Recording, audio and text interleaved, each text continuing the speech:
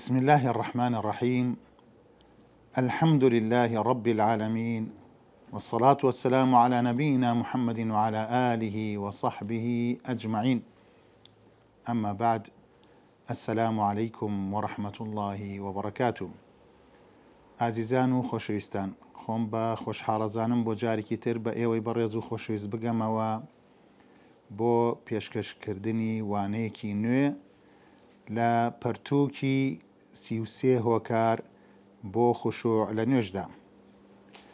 خۆشەویستان، لە دەرسەکانی پێشوو لە بەشی یەکەمی پەرتووکەکە 18 هۆکارمان باس کرد کە تایبەت بوو بە سووربوون لەسەر پەرەپێدان و بەهێزکردنی ملکەچی واتە خوشوع لە نوێژدا.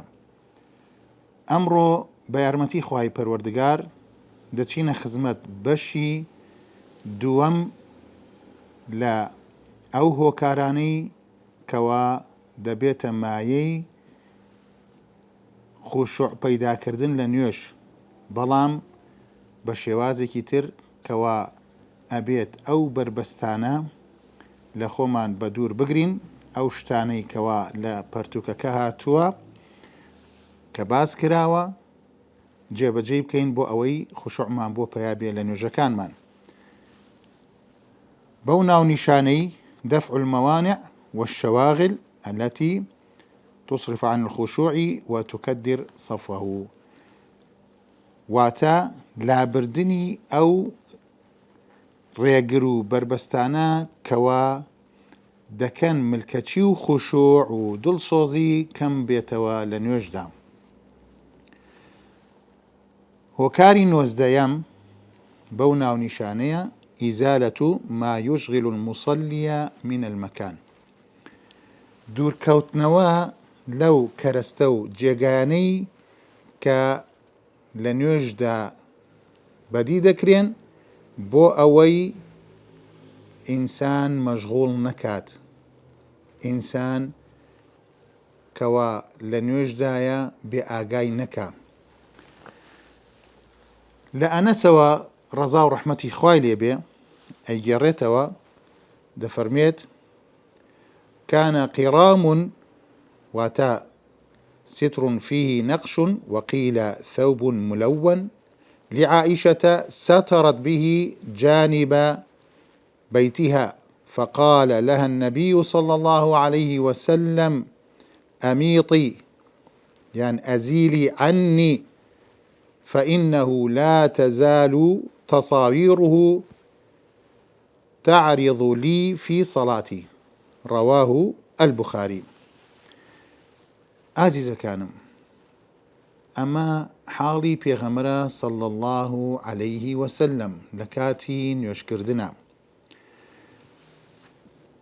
دایکە عائیشە، دایکی ئیمانداران ڕەزای خوای لێبێ، دیارە پەردەیەکی هەبووە.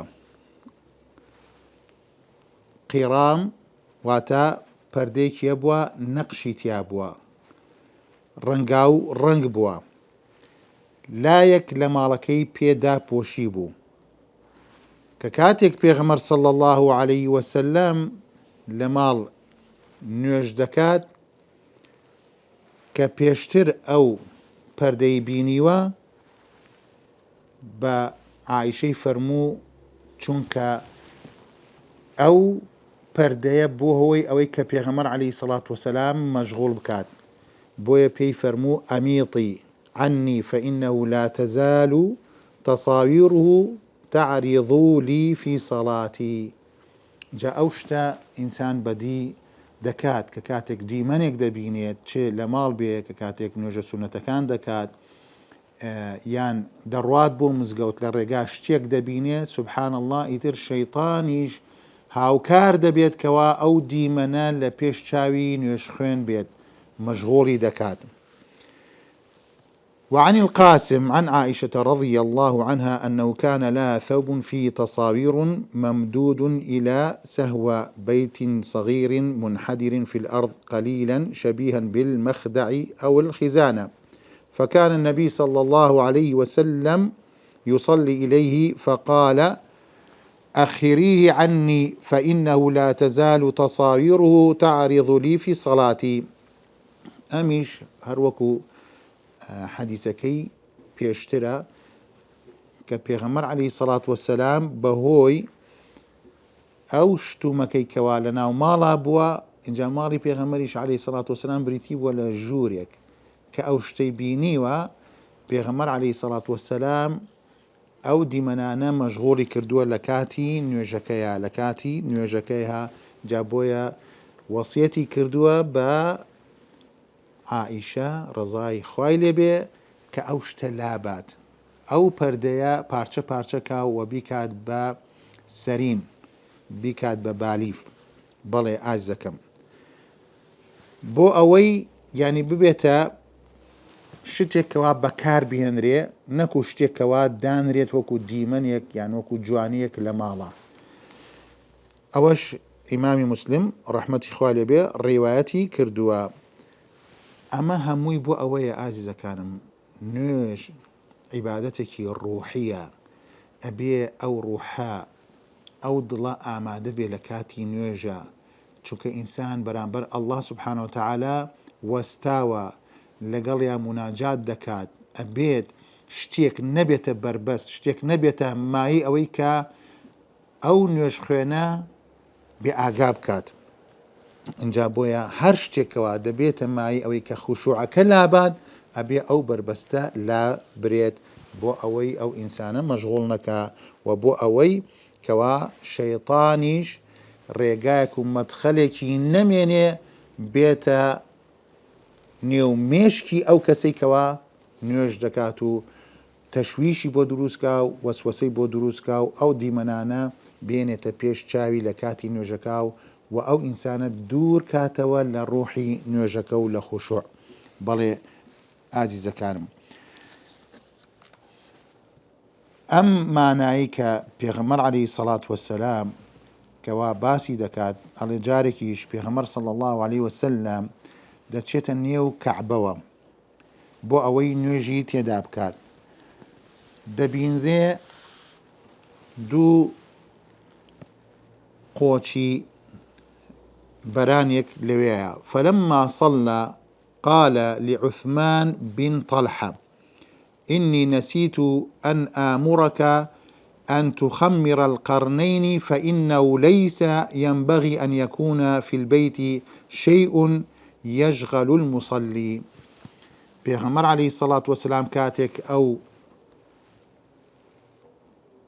قۆچەی ئەو بەرانە لەوێ دەبینێ بە عوسمانی کوڕی تەڵحە دەڵێت من لە بیرم چووکەوە پێت بڵێم فەرمانت پێ بکەم کە ئەو دوو قۆچە لابەیت ئەو قۆچانە لابەیت نابێت شتێک لە ناو بەیتا بێکەوە ئەو کەسانەی کەوا نوێژ دەکەن مەشغوڵیان بکات. ئەوەش ئەبوو داود ڕیوایەتی کردووە. اینجا بۆیە ئەو شتانە دەگرێتەوە کەوا ئینسان هەر شتێک ببێتە مای ئەوەی کە مەشغوڵی بکات لە نوێژەکەی بەڕاستی بێت دوور بکەوێتەوە لێ ئازیزەکانم. تەماشا دەکەی هەندێک کەسێ لە شوێنی قەڵەباڵغی نوێژ دەکەن یان لە شوێنێکەوە دەنگ و باس و یان هەندێک جار سێرەکەی ئینسان سونەتێک ئەوێ سونەتێک لە ماڵ ئەنجام بدات نوێژ بکات تەماشا دەکەی تەلەڤیزیۆنەکەیان ئیش دەکات دەنگێکی بەرزیان داوە ئەگەر محازەڕەیەکی دینیش بێ ئەگەر درامایەکی ئیسلامیش بێت هەر شتێک بێت ئەوە بەڕاستی وای لێ دەکات کەوا ئەو ئینسانە مەشغوڵ بێت فکری دەدات بەو دیمەنانەی کەوا لە ناو ماڵ هەیە. اینجا هەندێک جاریشەیە تەماشا دەکەی ئینسان بتوانێت لە شوێنێک نوێژکات لە ماڵەوە سونەتەکان نوێژە سونەتەکان لە ماڵەوە بکات شوێنێک بێت کەوا سادە بێت شوێنێک بێت کەوا بێدەنگی پێوە دیار بێت شتێکی تیان نەبێت کەوا مەشغوڵی بکە. بەڵێ ئازیزەکانم بەڕاستی ئەمە زۆر زۆر گرنگە کەوا ئینسان ئەگەر بێوێ بە شێوازێکی جوان و ڕێک و پێک نوێژەکانی بکات ئەبێ خۆی بە دوور بگرێ لەو شتانە. و هەروەها باسی بابەتێکی تریش دەکات کە دەفەرمێ وكذلك تجنب الصلاة في أماكن الحر الشديد والبرد الشديد. بەڵێ ئازیزەکانم هەر شوێنێکەوە گەرمایە زۆر گەرمایە یان زۆر ساردا ئینسان لەو شوێنانەش نوێژ نەکات هەتا بۆی دەکرێت نوێژ نەکات لەو شوێنانە چونکە مەشغوڵی دەکەن فکری لای گەرماکە دەبێت فکری لای سەرماکە دەبێت یعنی ئیتر هۆش و بیری بەڕاستی مەشغوڵ دەبێت بەو سەرمایە یان بەو گەرمایە وای لێ دەکات کەوا لە خوشوع بە دوور بێت و نوێژەکە بە خوشوعەوە نەکات چونکە پێغەمبەر صلی الله عليه وسلم فەرمانی کردووە بەوەی کە ئینسان بەتایبەت ئەگەر لە هاوی نابوو زۆر گەرم بوو ئینسان بتوانێت نوێژی نیوەڕۆ ئەگەر بەهۆی گەرمایەکەیەوە نەیتوانی نوێژەکەی بە ڕێکوپێکی ئەنجام بدات ئەوە لە کاتێکا بیکات پێش ئەوەی کە کاتەکەی تەواو بێ واتە گەرمایەکە کەمێک سار بێتەوە بشکێت گەرمایەکەی بشکێت و هەروە ئەگەر لە زستانیشا بوو زۆر سار بوو ئینسان بچێت لە شوێنێکەوە هەندێک جەوەکەی جەوی مزگەوتەکە یان لە ماڵەوە کەمێک گەرمایی پیوە دیار بێ بۆ ئەوەی بتوانێت بە ڕێک و پێکی نوێژەکەی بکات چونکە پێغەمبەر صلی الله عليه وسلم ئەفەرمێت إذا اشتد الحر فأبردوا عن الصلاة فإن شدة الحر من فيح جهنم چونکە ئەو گەرمایە ئەگەر هات و ئەگەر تووشمان بوو بە تایبەت لە هاوینە ئەوە چییە؟ ئەوە پێغەمبەر عەلەیهی سەڵات وسەلام تەوجیهمان دەکات کەوا لە کاتێکا نوێژەکەمان بکەین کەوا ئەو گەرمایە دەشکێت چونکە ئەو گەرمایە کەوا بەو توندیەیە ئەوە چییە؟ لە هاڵاوی چییە؟ ناوی جەهەنەمە بەڵێ ئازیزەکانم ئەوە بوخاری و مسلمیش ڕیوایەتیان کردووە ابن قەیمیش ڕەحمەتی خوای لێبێ ئەفەرمێت إن الصلاة في شدة الحر تمنع صاحبها من الخشوع والحضور ويفعل العبادة بتكره وتضجر واتا ئەگەر ئینسان تەماشا بکەی گەر نوێژ بکات لە کاتی قرچەی گەرما کە زۆر گەرمایە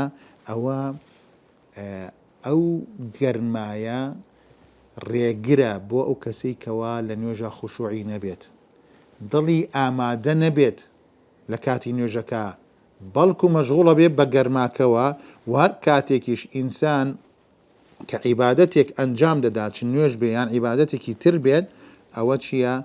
ئەبێ لە کاتێکا بێکەوە ڕاحەتی پیۆ دیار بێ لە شوێنێکا بێکەوە هودوئی پیۆ دیار بێ لە کاتێکا بێکەوە جەوەکان معتەدیل بێت چونکە نابێ ئینسان بە ناڕەحەتی و شڵەژانەوە نوێژەکانی ئەنجام بدا و لە کوڵی خۆیەوە بکات ئەوەش حکمەتی ئەو شاریعەیە حکمەتی ئەڵڵا سوبحانەهو وتەعالە کەوا لە سەرزمانی پێغەمبەرەکەی صلی الله عليه وسلم ڕێنمویان دەکات نوێژەکە تاخیر بکەن کە کاتێک ئاوها ئەو حاڵەتەیە یان زۆر گەرمایە یان زۆر سەرمایە اینجا بۆیە فەیوسەلی العەبد بقەلب حاضر بە ئامادەهی دڵەوە بان نوێژەکانی بکات ئەوە قسەی ابن قەیمە ڕەحمەتی خوای لێبێت چونکە ئەڵێ لەو کاتە مەبەستی خوشوع پەیدا دەبێت لە نوێژە ئینسان بتوانێت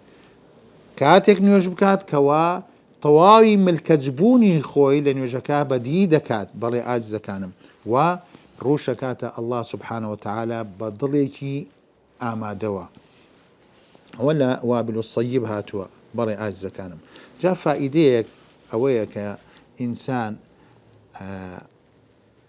مستحەبە کە کاتێک نوێژی نیوەڕۆ ئینسان لە کاتی خۆیان بیکات لە کاتی خۆیان بیکات هەرکە بانگدرا لە سەرەتای وەختەکەەوە کە داخلی وەختەکە دەبێت ئینسان نوێژەکە بکات نوێژی نیوەڕۆی وەکو خۆی بکات بەڵێ چونکەوە مستەلەمە ئەیگەڕێتەوە بۆ ئێمە ڕەزا و ڕەحمەتی خوا لێبێ دەفەرمێت كان رسول الله صلى الله عليه وسلم أشد تعجيلا للظهر منكم رواه الترمذي وصححه الألباني بەڵێ ئاجزەکانم نوێژەکان ئەسڵ وایە کەوا لە کاتی خۆیان بکرێت ئەنجام بدرێت بەڵام ئەگەر ئەو عیلەتە پەیدا بوو مەسەلەی گەرمایەکی زۆر یان زۆر ساردە ئینسان بتوانێت لەو کاتانە حاڵەتێک دروست کات ئەگەر چیش کەمێک نوێژەکەش تاخیر بکات لەبەر ئەو عیلەتە لەبەر ئەو هۆکارە دەتوانین نوێژەکە تاخیرکە و ئەسڵ وایە کەوا ئێمە نوێژێ بکەین خوشوعی تیابێت ئازیزەکانم. بەڵێ خۆشەویستان دەچینە خزمەت هۆکاری بیستەیەم أن لا يصلي في ثوب فيه نقوش أو كتابات أو ألوان أو تصاوير تشغل المصلي. ئەم هۆگارە باسی چیەکە ئازیزەکانم؟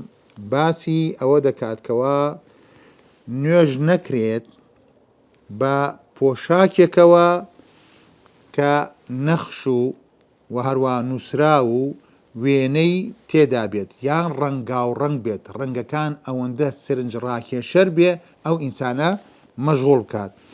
عائشە ڕەزا و ڕەحمەتی خوای لێ بێ گەڕێتەوە بۆمان دەفەرمێت قام النبي صلى الله عليه وسلم يصلي في خميصة ذات أعلام أي كساء مخطط ومربع فنظر إلى علمها فلما قضى صلاته قال اذهبوا بهذه الخميصة إلى أبي جهم بن حذيفة وأتوني بأنبجانية كساء ليس فيه تخطيط ولا تطريز ولا أعلام فإنها ألهتني آنفا في صلاتي وفي رواية شغلتني أعلام هذه وفي رواية كانت له خميصة لها علم فكان يتشاغل بها في الصلاة.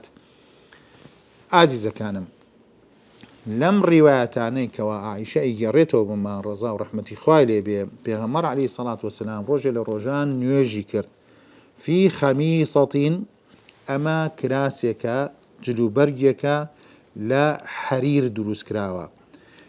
اینجا ئەم کراسە ئەم جلوبەرگە کە هەندێک لە سوفیشی تیا بووە بەڵام ڕەنگا و ڕەنگ بووە و چۆن بووە و خەتخەتیش بووە چوارگۆشەیش بووە. پێغەمبەر عەلەیهی سەڵات وەسەلام بەهۆی ئەم شێوازەی ئەم جلوبەرگە مەشغوڵی کردووە کە کاتێک نوێژەکە تاو دەکات پێغەمبەری خۆشەویستمان صلی الله عليه وسلم دەفەرمێت اذهبوا بهذه الخميصة إلى أبي جهم بن حذيفة ئەڵێ ئەم کراسە دیارە هەدیە بووە لە کێوە لە ئەبوو جەهمی کوڕی حوذەیفە بیگەڕێنەوە بۆی و کراسێکی ترم بۆ بێنن هیچ ڕەنگێکی تیانە بێ واتە سادە بێت خەتخەتیش نەبێت چونکە ئەمە عیلەتەکەیە لەبەر ئەوەی مەشغوڵمی کرد جلوبەرگی یەکەم مەشغوڵمی کرد لە کاتی نوێژەکە و ئەگەر جلوبەرگێک سادە بێ مەشغوڵم ناکات. بەڵام پێغەمبەر عەلەیهی سەڵات وەسەلام تەماشای ئەو ئەدەبەی پێغەمبەر بکەن عەلەیهی سەڵات وەسەلام ئینسان دەبێت دەرسی لێ وەرگرێ ئازیزەکانم. ئەڵێ ئەو هەدیە بگەڕێنەوە بۆ کێ بۆ جەهمی کوڕی حوذەیفە هەر ئەوە نەبێت کەوا بیگەڕێنەوەی تر نامەوێت نە بەدیلەکەی ئەڵێ بەدیلەکەیم بۆ بنێرێت بەڵام بەو شێوازە بێت بزانن بۆ ئەوەی دڵی جەهم نێشێت بڵێ پێغەمبەر عەلەیهی سەڵات وەسەلام هەدیەکەمی قبوڵ نەکرد. لەگەڵ ئەوەشا پێغەمبەر عەلەیهی سەڵات وەسەلام بەیانی عیلەتەکەی کرد سەبەبەکە چییەکەوە ئەو هەدیەی دەگەڕێنێتەوە بۆی کراسی تری بۆ بێنێت بەو شێوازە بێ ئەوە بووکەوە ئەو کراسەی یەکەم مەشغوڵی کرد خوشوعەکەی نەهێشت پێغەمبەر عەلەیهی سەڵات وەسەلام ئەو دیمەنانە دەهاتە پێشی کە مەشغوڵی کرد. جا بۆیە ئازیزەکانم ئیتر هەر جلوبەرگێکە بێ هەر شتێکە بێت لە ناو ماڵ بێت لە مزگەوتیش بێت نابێت ئەو شتانە بمێنێت تێیدا لەبەر ئەوەی ئەو ئینسانە مەشغوڵ دەکات لە کاتی نوێژە. جا بۆیە دەفەرمێت ومن باب أولى أن لا يصلي في ثياب فيها صور وخصوصا ذوات الأرواح كما شاع وانتشر في هذا الزمان. بەڵێ ئاجزەکانم بەڕاستی وایە ئەگەر ئەو کراسە لە بەری پێغەمبەر بوو عەلەیهی سەڵات وەسەلام مەشغوڵی کردووە لە نوێژە، ئەی ئێستا چی بڵێن ئاجزەکانم؟ تەماشا دەکەی لە نوێژە ئەنواع و ئەشکال جلوبەرگ دەبینی.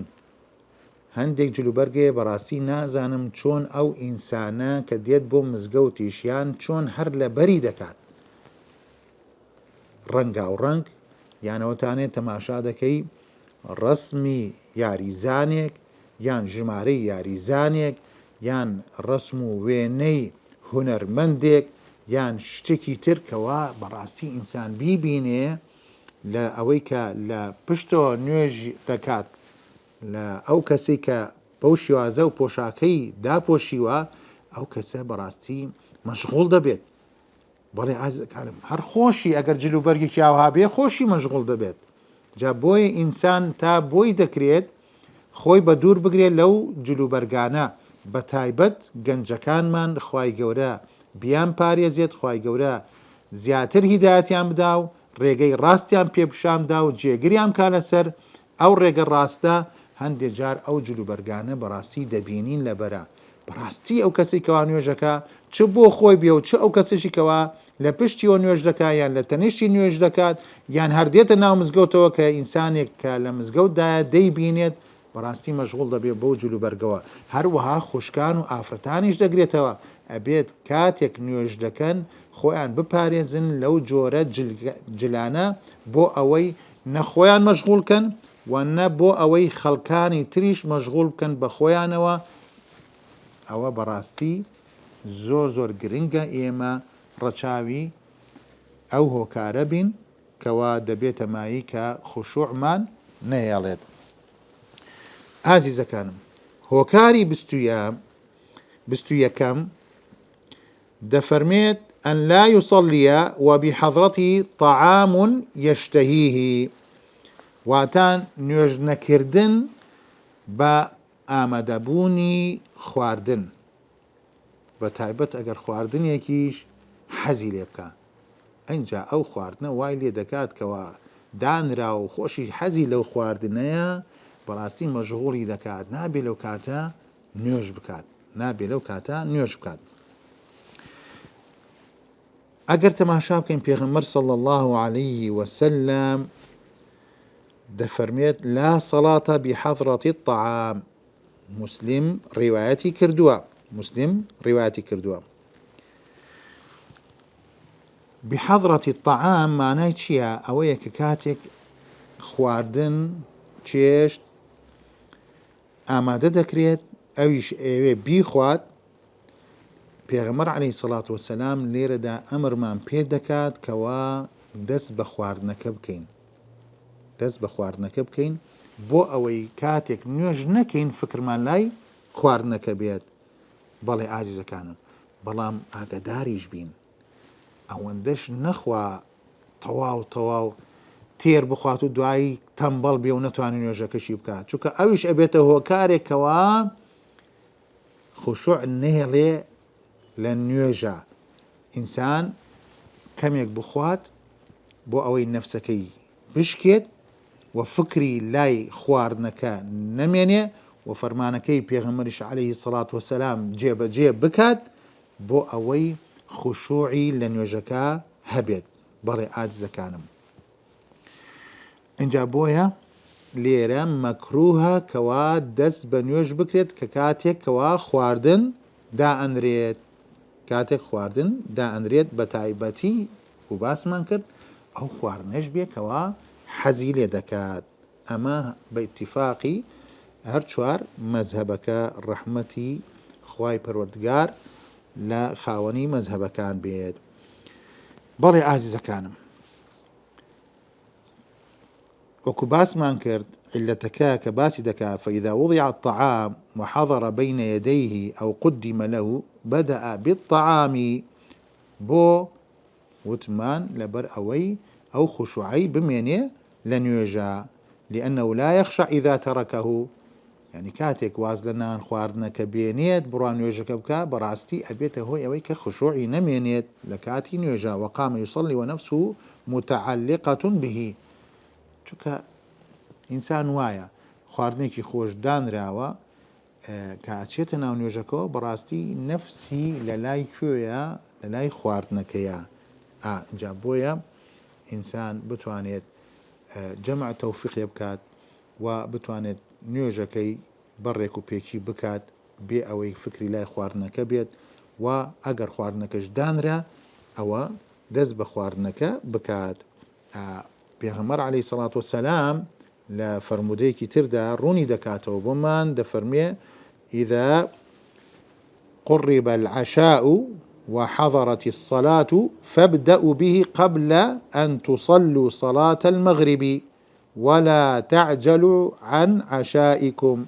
ولا روايتك تردى پیغمبر عليه الصلاة والسلام دفرميت إذا وضع عشاء أحدكم وأقيمت الصلاة فابدأوا بالعشاء ولا تعجل حتى يفرغ منه. أو بخاري ومسلم رواياتيان كردوا إنجا إنسان تماشا بكات عزيزة كانم أجر هاتو خواردنەکە دانرا طبعا ئەمە خواردنی چی وەختێکە ئێوارانە شیوی ئێوارەیە و نوێژەکەش قامەت کرا کاتی نوێژیشە پێغەمبەر عەلەیهی سەڵات وەسەلام فەرمێ فەبدەئوا به يعني فەبدەئوا بالعشاء واتە دەست بە خواردنی ئێوارە بکەن و پەلەش مەکەن. زانە لێرە تەوجیهی پێغەمبەر عەلەیهی سەڵات وەسەلام پەلە نەکرێت لە کاتی نان خواردنەکە بە تایبەتی هەندێک جار کە چێشتەکە دانرێک گەرمە ئەمش پەلە دەکات یعنی دەبێتە مای ئەوەی کە زەرەری پێ بگات نە ولا تعجل حتى يفرغ منه هەتا خواردنەکە بە لەسەرخۆیی تەواو دەکات. بەڵێ ئازیزەکانم ئەمە ڕێنمایی پێغەمبەرە صلی الله عليه وسلم کە کاتێکەوە ئینسان نان دانرێت یان ئەوەتانێ نان دانراوە و کاتی نوێژیشە ئەبێ ئینسان بتوانێت حاڵەتێک بۆ خۆی دروست کات کە کاتێک ئەچێتە ناو نوێژەکەوە خوشوع هەبێ لە نوێژەکەیە. بەڵێ خۆشەویستەکانم ئەچینە خزمەت هۆکاری 22 أن لا يصلي وهو حاقن أو حاقب. مانای چی ئەمە؟ نوێژ نەکردن لە کاتێک کەوا لە کاتی تەنگەتاوبوون نابێ ئینسان ئەگەر چی میزی بێ یان پیسایی بێت زەختی لێ دەکات ئەو بچێت نوێژەکە ئەنجام بدات چونکە ئەمە بەڕاستی حاڵەتێکە ئەو ئینسانەی کەوا بەو شێوازە نوێژ دەکا و لەو حاڵەتەدایە ئەوێ لە کۆڵی خۆی بکاتەوە. ئازیزەکانم وەڵڵاهی ئەگەر هەموو کەسێکمانە و حاڵەتە هاتووە و تووشمان بووە کە کاتێک بەو حاڵەتەوە گەر نوێژ بکەین وەڵڵاهی هیچ خشوعێکی تیانی. ئازیزەکانم جا بۆیە ئەبێ ئاگادار بین ئەمەش بێگومان خشوع ناهێڵێت ئەم حاڵەتە. پێغەمبەری صلی الله عليه وسلم نەهی لێ کردووە کە کاتێک ئینسان لەو حاڵەتەدایە بچێتە ناو نوێژەوە. نهى رسول الله صلى الله عليه وسلم أن يصلي الرجل وهو حاقن. حاقن چییە؟ ئەی الحابس البول واتە ئەگەر لە حاڵەتێکایە کەوا میزەکەی خۆی گرتووەتەوە زەخت لە خۆی دەکات ئەچێ لەو حاڵەتە نوێژ دەکات. ئەو حاڵەتە بەڕاستی ئینسان تەنگەتاو دەکا ئینسان مەشغوڵ دەکا وەشی لای خۆی نامێنێت.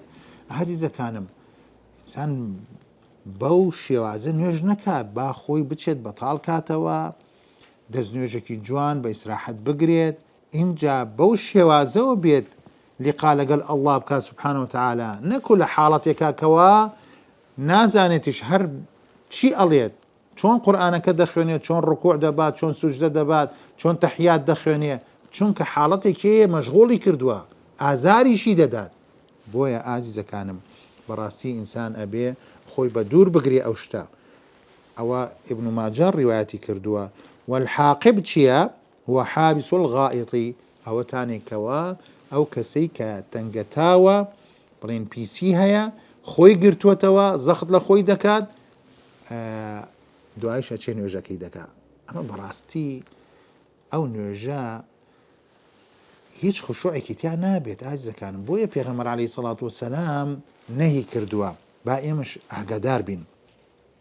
ئەگەر ئەوە تووشی بوو ئەوەتانێ ئینسان بچێت بۆ ئاودەست خۆی خاڵی بکاتەوە قەضای حاجەکەی بکات. ئەگەر چیش ببێتە مایی ئەوەی کە نوێژی جەماعەتشی لە دەست بچێت.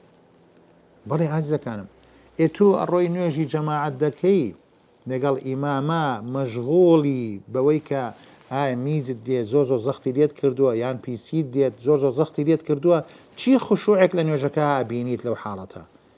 جا ئەگەر ببێتە مایەوەی کە نوێژی جەماعەتیش بڕوات ئینسان بۆیە تەوجیه دەکرێت کە پێش نوێژ پێش ئەوەی بانگ بدات ئینسان بچێ احتیاطی خۆی وەرگێت خۆی ئامادە بکات خۆی بەتاڵ بکاتەوە دەست نوێژێکی جوان بشوە اینجا بچێت نوێژی جەماعەت بکات. بەڵام ئەگەر حاڵەتێکی ئاواش ڕوویدا مەشغوڵ بووە دەست نوێژیشی هەبووە یانەوەتانی هەندێک هەروە ناچێتە ئاودەست ئەچێت چی یەکسەر بۆ لای ئاوەکە و دەست نوێژە شووا بەڵام ئەو حاڵەتەی پێوەیە. ئەبێ ئاگادار بین ئازیزەکانم ئەمە نوێژ بە قوربانی چاوتان بم نوێژە با احتیمام بە نوێژەکانمان بدەین بەو شێوازە با ڕوحی تیابێ با شتێک مەشغوڵمان نەکات.